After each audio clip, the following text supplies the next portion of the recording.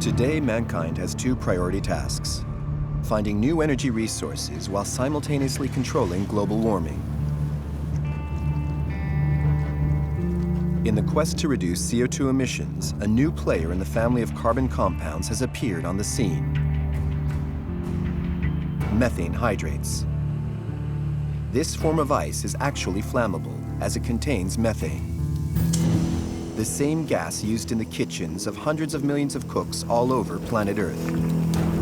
These hydrates, present in the oceans and the frozen wastes of the Arctic, represent a much-coveted energy resource of vast proportions.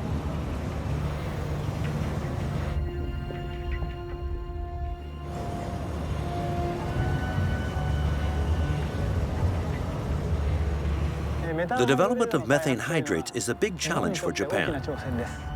Hydrate, of all the combustible energy resources, is the best one to use as a backup for alternative energy.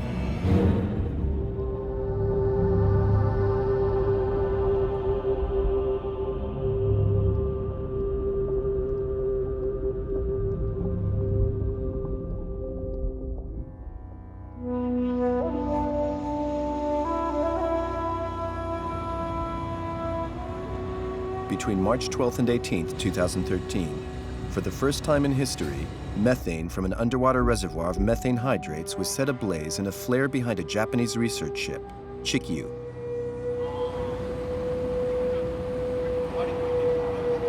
The news spread around the world. After working on it for 20 years, had the Japanese finally found a way to exploit these huge reservoirs of gas, potentially enough to meet the world's energy needs for many hundreds of years? Could this new resource turn out to be a precious transition energy?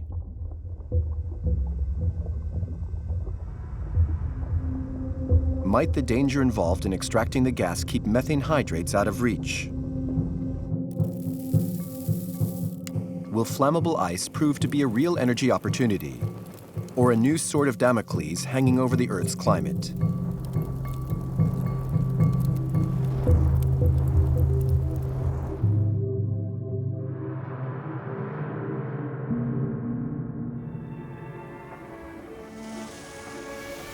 For more than a century, black gold flowed copiously and easily from the bowels of the Earth, allowing a spectacular development of industrial civilization.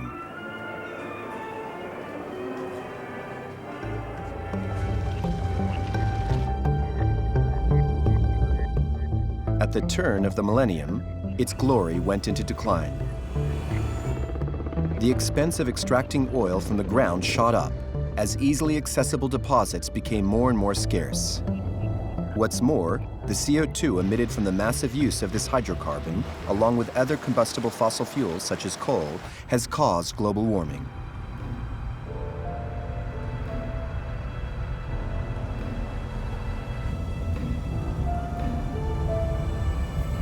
Renewable energy sources such as hydraulic power, wind power, or solar energy are our only realistic option. But they cannot, as yet, satisfy our requirements. It is thus necessary to find transition energies that cause little or no pollution, able to support our civilization in good health for a few decades. With a projected worldwide population of 9 billion by 2050, our energy requirements are going to continue to grow to staggering levels, complicating the task of experts attempting to draw up responsible energy scenarios for the coming years. Then you take it into the hydrates. So, will methane hydrates, which give off 30% less greenhouse gases than oil, prove to be the transition energy that is so cruelly lacking? These type of commitments for hydrates yet. I'm raising the question. What are the accumulations most favorable for energy production? Do those accumulations exist in meaningful quantities? So is there a target out there? Is there a prize that's worth the effort? And then if we can find it, do we have the ability to produce it in a safe way, in a way that's viable in terms of an industrial enterprise, and in a way that's environmentally responsible? So these are very big questions, very fundamental questions. Had methane hydrates not been discovered in the seabed in the 80s, these questions would not be being aired. Back then, thanks to new exploration technologies, the major marine science institutes established the existence of methane hydrates throughout most of the world's seas.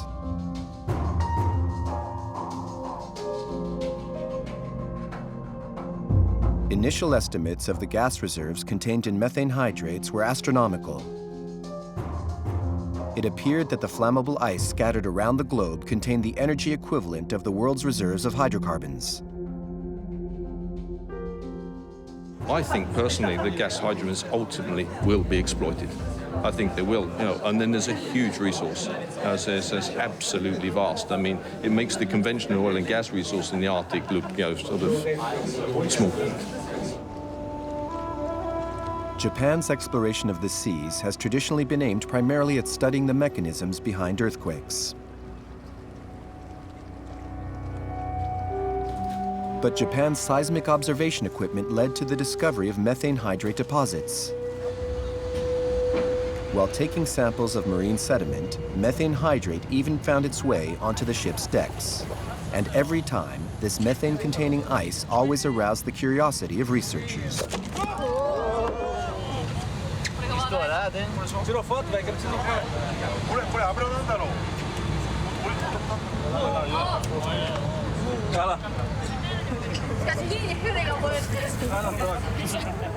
One of the geologists at the forefront of the exploration of methane hydrate deposits around Japan is Professor Ryo Matsumoto.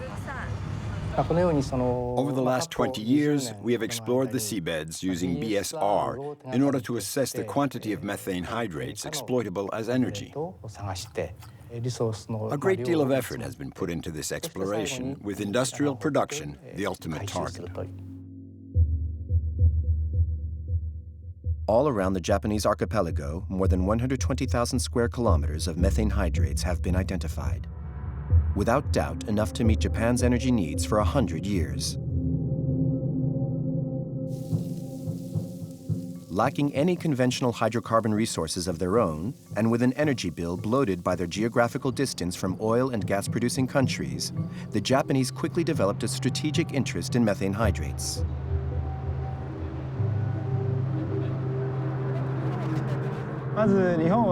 First, Japan has to import 97% of its gas from overseas. Furthermore, this gas comes at an extremely high price.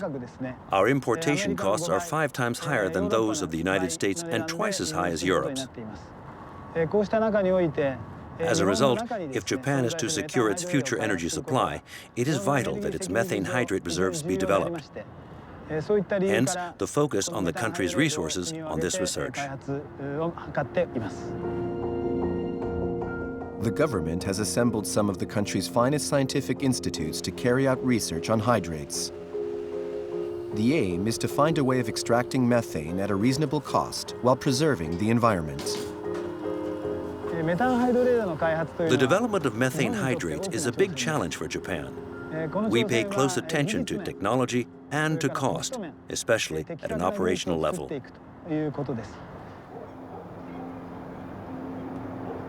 The prospect of extracting methane hydrate reserves has aroused anxiety. The controversy surrounding the impact of shale gas exploration on the environment means special precautions must be taken. Yannick Baudouin works for the United Nations agency responsible for assessing the impact of these projects on populations and on the environment. Shale gas is a point of reference in the United States. In that case, development and marketing raced ahead with scant regard for the consequences.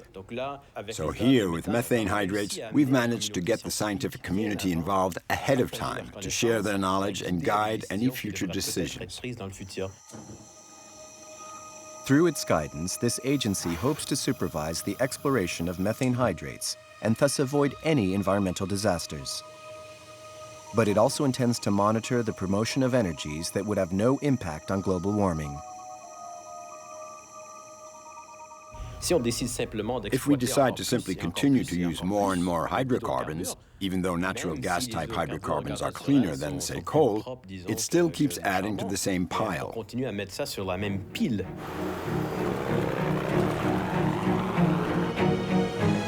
Research on methane hydrates can use the preliminary work carried out by Russian scholars in the 60s. recent work on hydrates, gas experts first turned to a story that's the stuff of Soviet fairy tales.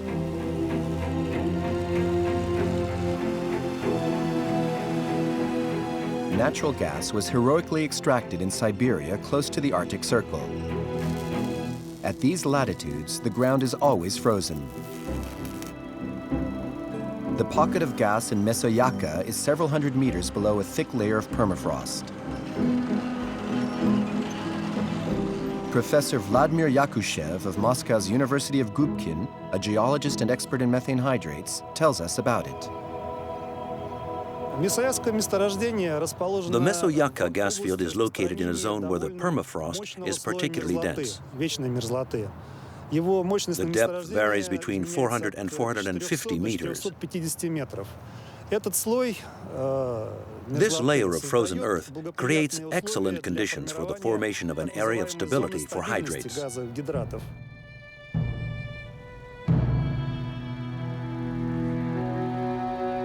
For the great benefit of Russians, the gas flowed generously, causing the pressure to gradually fall within the gas pocket.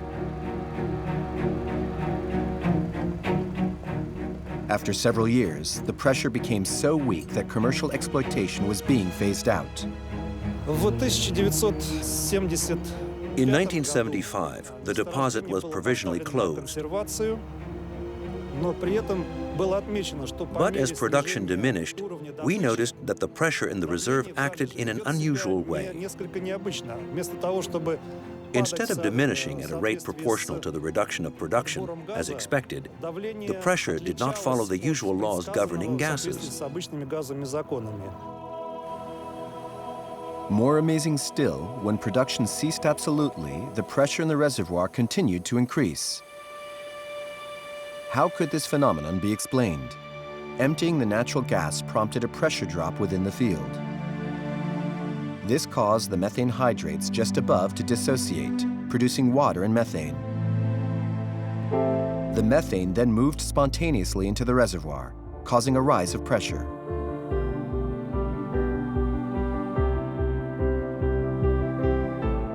Thus, the Mesoyaka gas field, which should have been long since exhausted, continued to provide gas.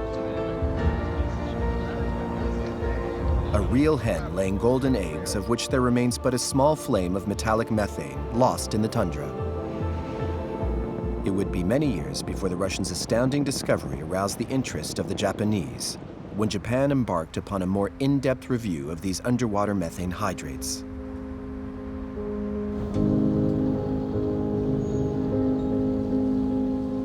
A campaign of intensive investigation was carried out to decide which hydrates could be commercially exploited.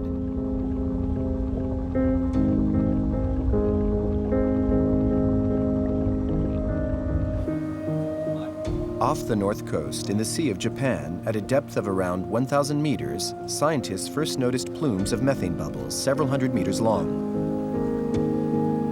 They then discovered large blocks of hydrates strewn across the seabed. But these surface hydrates were not of a high enough concentration to make their extraction commercially viable.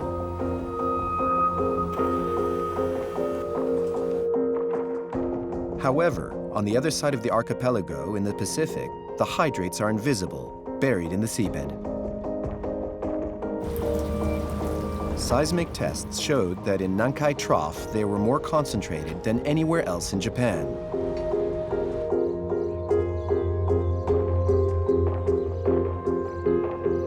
Before attracting attention for its methane hydrates, the Nankai Trough was best known for its seismic activity. This is where the Philippine Sea Plate sinks beneath the Japanese archipelago, causing major earthquake activity.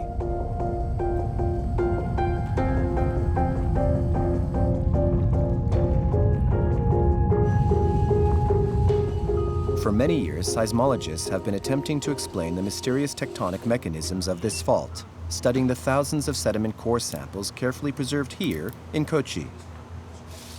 One of our objectives is to detect any warning signs of another earthquake and to find out the degree of distortion in the tectonic plates.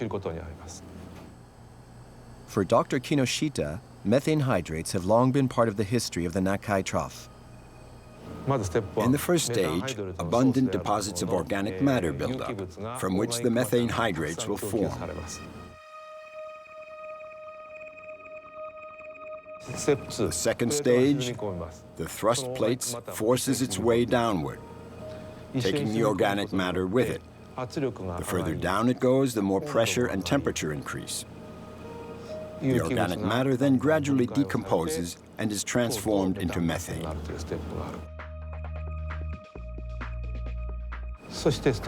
Finally, in the third stage, an earthquake occurs and the plates move. The rock breaks and water seeps in. Through these types of fissure, the gas produced at depth rises.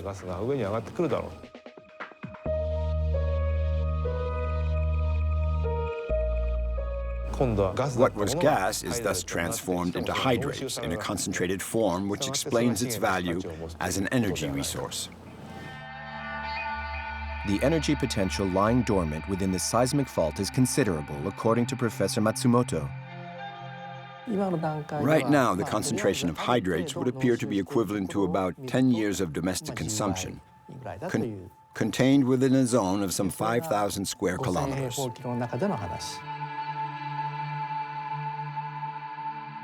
The concentration of hydrates in this zone alone is of such strategic interest to the Japanese that they decided to proceed with extracting it. But unlocking the box of ice in which each molecule of methane is trapped is far from straightforward. The trapped methane bears the pretty name clathrate, from the Latin for lattice. Each clathrate is not only a veritable safe full of methane, it is also a tremendous storage facility. 1 cubic meter of methane hydrate contains 164 times more methane than a cubic meter of gas.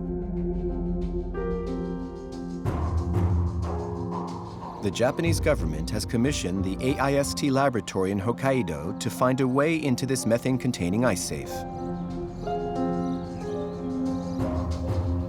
Led by Hideo Narita, the scientists are trying to access energy resources 1,300 meters below the surface of the sea in the middle of a seismic fault. Here's a 3D model of the ocean sediments produced for our tests.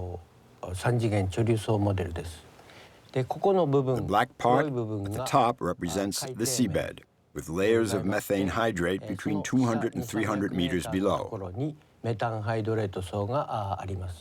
In an attempt to develop a production method, we need to study the properties of these methane hydrate reserves and analyze the movement of methane during dissociation.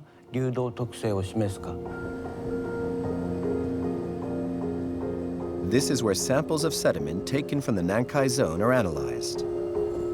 The principal aim is to find out how the methane hydrate ice is distributed among the grains of sand.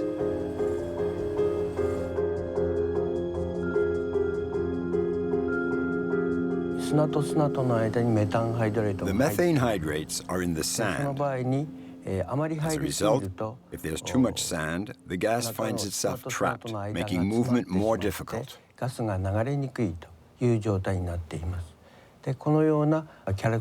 With regard to properties, we tried to determine which was the most efficient dissociation method, thermal or depressurization.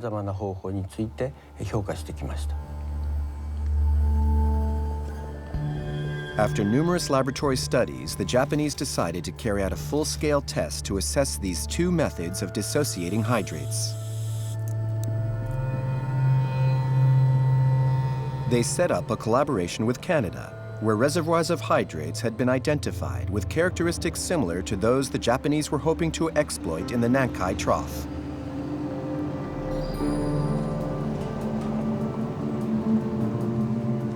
Geologist Scott Dallimore led these programs at Malik in the Great North. When we first embarked on this research in 1998, very little was known about gas hydrates. We were really in the discovery phase of the research. One great advantage of this partnership with the Canadians is that it is far less costly to run tests on the ground than it is at sea. All the equipment necessary for building a well and setting up a team of scientists, though, had to be routed along a freeway following the icy path of the Mackenzie River.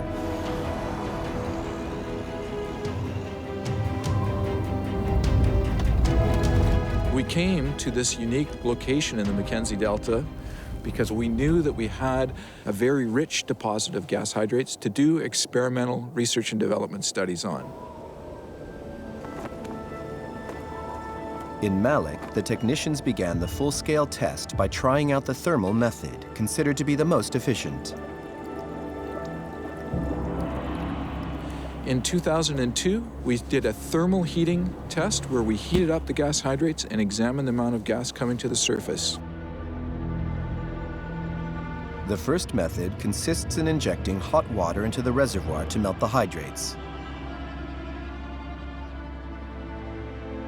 And it works. Water and methane dissociate from each other. For the first time, a flame emanating from methane hydrates lights up the polar night sky. But the joy is short-lived. The thermal test was not very productive, and it indicated how difficult it is to get heat energy into the ground. So it was not so successful. The other disadvantage of this first method is the energy expense. The cost of heating water greatly reduces the commercial viability of this technology.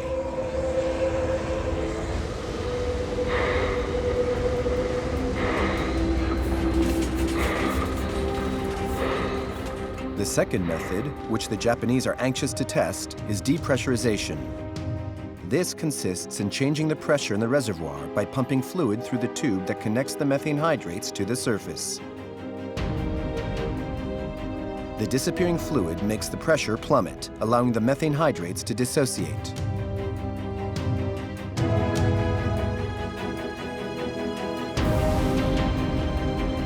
Once again, the flare blazes. The operation continues successfully for almost a week. The depressurization process, then, is the one that will be used for the commercial exploitation of methane hydrates in Nankai Bay. At this stage, we feel confident that gas hydrates, in the case at Malik, in coarse-grained sandy sediments, are readily available using conventional technology to be extracted. So we've actually moved past the discovery phase to the actual demonstration of a very practical technique for gas recovery from gas hydrates. But the challenges are still quite immense. The progress achieved by the Japanese and Canadians makes the commercial exploitation of methane hydrates more likely than ever. But before plans for industrial operations can begin in earnest, it must be ensured that controlled dissociation can be carried out over very long periods. The ability of the seabed to support the operational facilities must also be checked. Finally, marine sediments have to be examined to see how they react to the disappearance of hydrates. This is precisely the type of risk that a geotechnical engineer from IFREMER decided to investigate.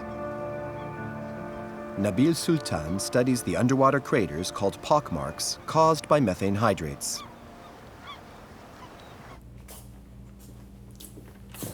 The formation of gas hydrates makes the sediment much firmer and more resistant. The disappearance of these gas hydrates can fracture the sediment, making it practically liquid. So we set out to study this link between gas hydrates and sedimentary deformation. To that end, we headed for the Gulf of Guinea on the coast of Nigeria. The first assignment of the mission was to draw up a high-definition map of a 40-square-kilometer zone featuring numerous pockmarks. This map shows zones of depression marked here in red. The depressions are called pockmarks, and they evolve through several stages, going from an initial state characterized by the presence of a very light depression towards a state where the depression is more and more visible, reaching a final state characterized by a collapse about 50 meters beneath the level of the seabed.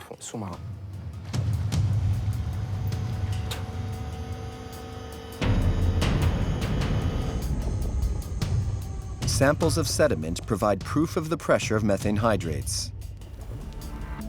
Examination of the column of water reveals plumes of bubbles in the center of the craters.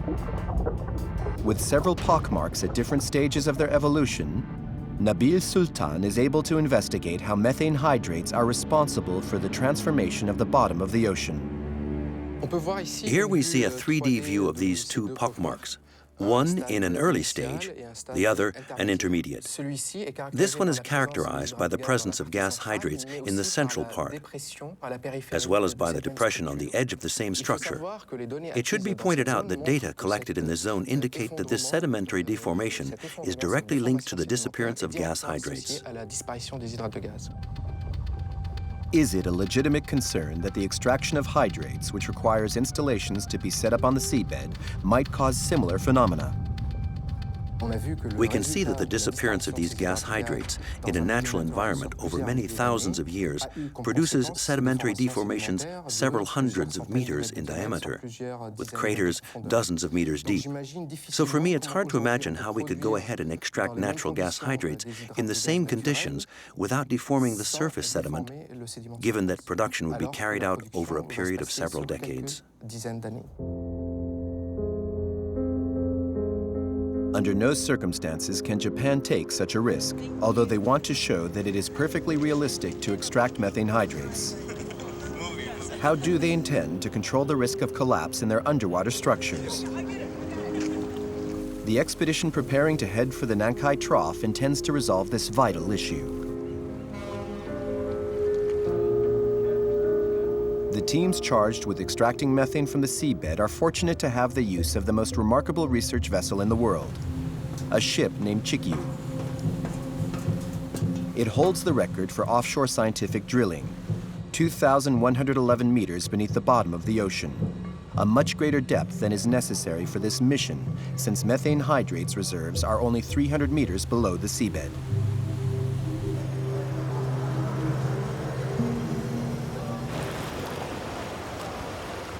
Numerous technical challenges have to be overcome if we are to produce gas from the methane hydrates contained in sediments.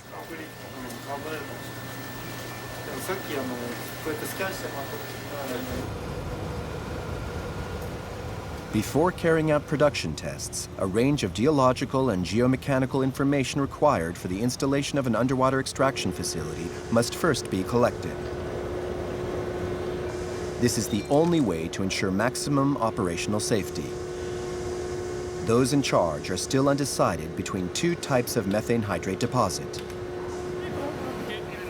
Both reservoirs are completely different in terms of the lithology, and the core lithology shows a quite different feature of the reservoirs. And this is a quite important information for constructing the future reservoir model. Dozens of core samples are taken from the seabed in order to determine which of the two deposits will produce the greatest yield and offer the safest option in terms of the geological environment.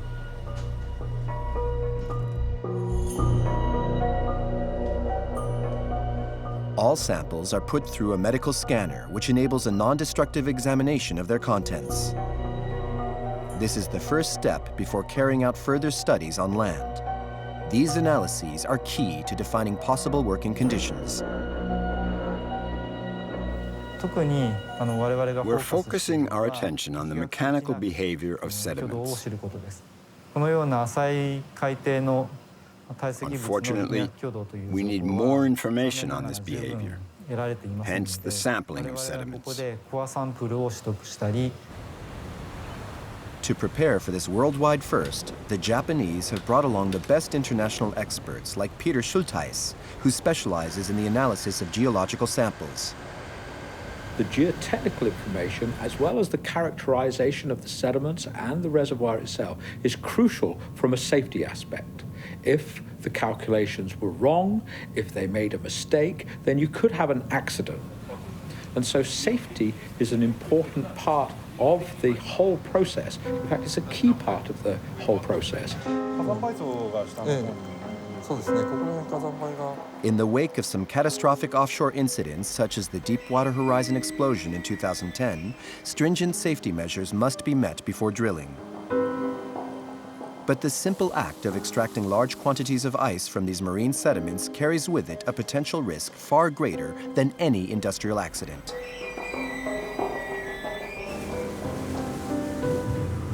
Experts in geological risk factors like geologist Achim Kopf fear that the extraction of methane hydrates may provoke a collapse of the seabed with far more dramatic consequences.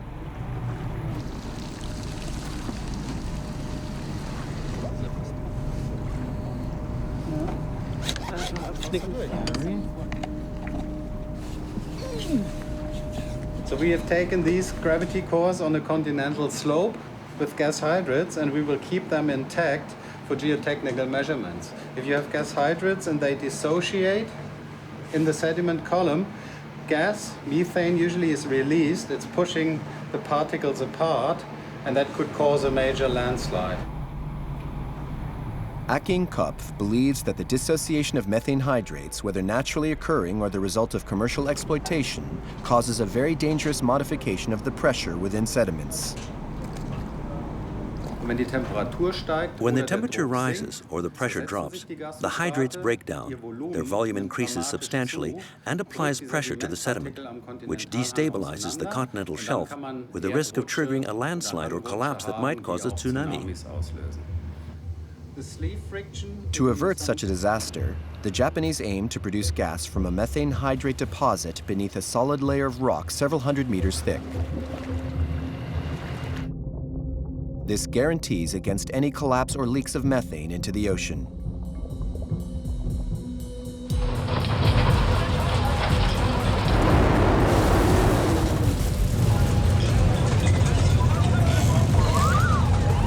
On March the 11th, 2011, Japan is hit by a violent earthquake and a destructive tsunami. The colossal wave sweeps along the south coast of Japan, submerging the reactors at the nuclear Fukushima power station. The ensuing malfunctions caused the most serious nuclear accident since Chernobyl. Tokyo is plunged into darkness. The world's second largest economy is faced with a disturbing energy supply crisis.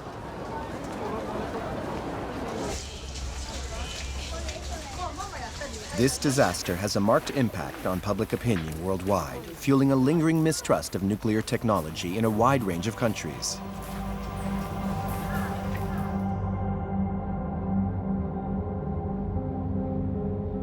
The Fukushima disaster has seriously undermined the production of nuclear electricity in Japan and sent Japanese efforts to commercially exploit methane hydrate deposits into overdrive.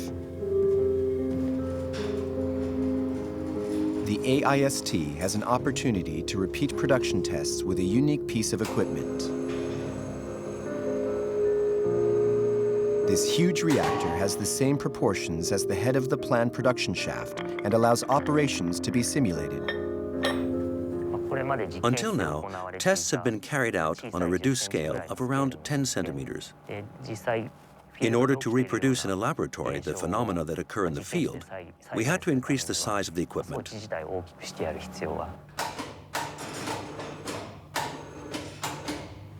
The results obtained will enable detailed plans to be drawn up for the next test. They can also be used to optimize the digital simulation of drilling operations. This simulation shows the progressive dissociation of methane hydrates, represented in green, as it will occur in the Nankai Trough. The well is located here, on the left, and the reservoir extends to the right, in this direction. In this case, it stretches over a range of 250 meters. Depressurization is generated in the well, and then spreads from the well into the geological layer. Practically all the scientific and technical problems blocking access to the methane hydrates have now been resolved. While plans for exploitation are being drawn up, other researchers working in the field of microbiology are anxious. One interesting facet of the idea of exploiting hydrates is that not only is the methane in these systems supporting microbiology, which probably a lot of people don't really care about the microbes. What they care about are the big animals that they can see. And when you go to these cold soup environments, one of the really beautiful things about them is that there's all these really cool animals living there. Tube worms, mussels, interesting animals that don't exist anywhere else on Earth. They're special species, and they're reliant on the methane slowly coming out of the seafloor, because inside of those animals, they have lots of bacteria that are called symbionts. And so if you were to go into these systems and remove the methane, then those communities would collapse because all the energy that they need to survive is gone. In areas of the ocean teeming with the most life, methane is often a key factor. To the best of our knowledge, the methane locked up in hydrates is inaccessible to microbes. But recent incredible discoveries about underwater life urge caution. The scientists internationally have to come together and make progress with the question of the deep sea, with gas hydrates, with mining, with also the management of the deep sea. There is a new coral plant that will exactly address the question of how can we, in a sustainable way, access deep sea resources, and how do we need to assess the ecosystem to prevent risks of losses of ecosystems for future generations.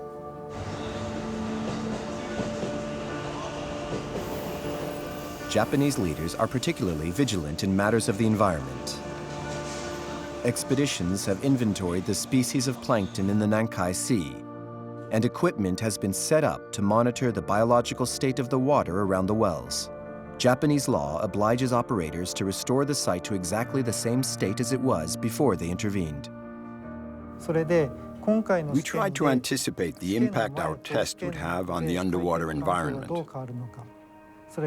the risk of methane leaks, and the change in topography.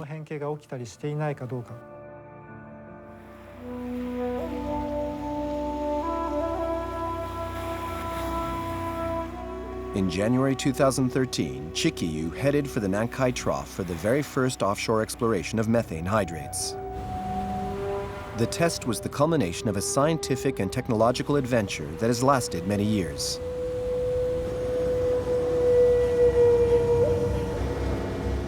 Once above the reservoir, Chikiyu began to employ its amazing hardware.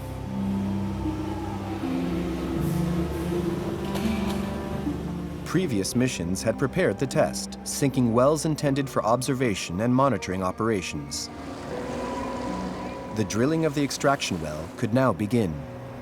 We began by drilling the main shaft down to the deepest layer of methane hydrates. The preliminary technical operations are aimed at making this methane hydrates well operational.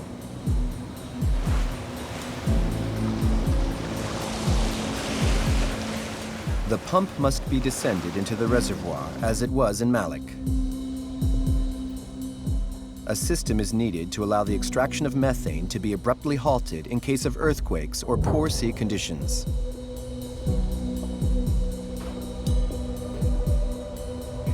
It must be ensured that all structures are completely sealed. None of the water or gas coming out of the reservoir must be allowed to seep into the ocean. Then a specially designed tube connects the Chikiyu with the production well.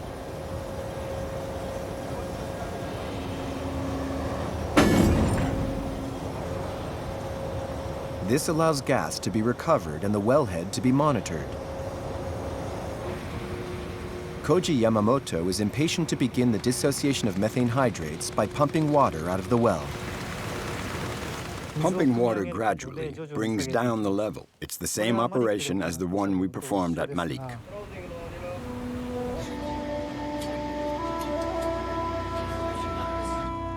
A few hours later, gas reaches the surface of the sea and ignites the flare. This flame will burn incessantly for 6 days. In the end, we were able to produce 120 cubic meters of methane. That's a lot more than we envisaged before the test.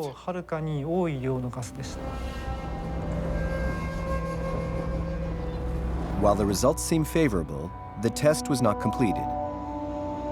Plans to see how methane hydrates react over a longer period had to be abandoned. Some sand found its way into the pump. It was working flat out, but the sand clogged it up and halted the depressurization.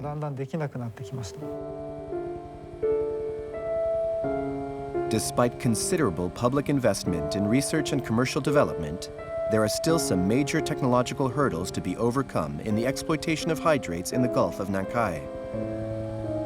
As a result, other hydrates are now being discussed, like the ones in the Sea of Japan, previously thought to be of too low a concentration for exploitation. Recent explorations by Professor Matsumoto have led to a review of that initial assessment. In 2005, using a submersible, an ROV for underwater operations, we made a thorough exploration of the seabed. That's how we discovered numerous blocks of methane hydrates bulging out of, or actually exposed on, the seabed.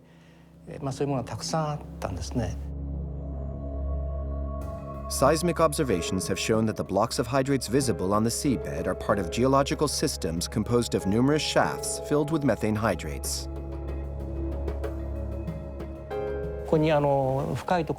Here we see white columns which appear in the surface. They have a diameter of between 500 meters and 1 kilometer. The methane hydrates are at the top of the shafts. Various techniques, including those employed in extracting mineral ores from underwater deposits, are under consideration to recover the blocks of hydrates.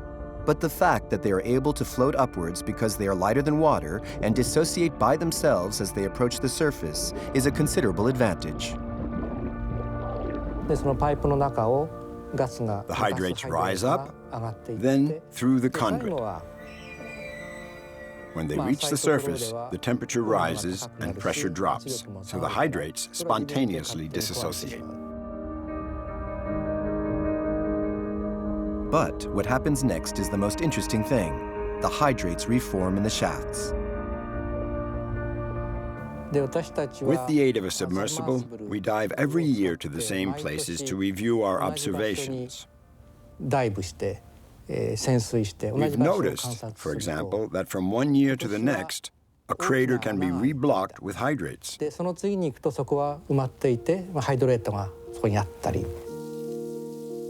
How often will hydrates be able to reform?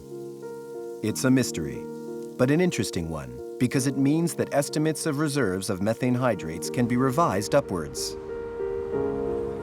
Very recently, the Japanese government asked Professor Matsumoto to head a project exploiting hydrates in the Sea of Japan. This is a brand new direction that will hopefully involve less costly techniques to extract other methane hydrates.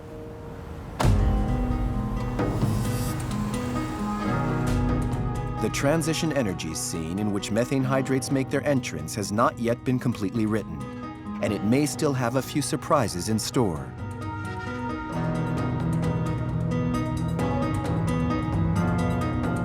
Countries such as India, Korea, and China are preparing to follow the Japanese example. But Japan's leaders maintain that a few more years of technological advances are necessary before tackling the industrial exploitation of methane hydrates. A major step forward has been taken in making them one of the transition energies of a future without hydrocarbons, a future that the people of the Earth and their planet's climate so badly need.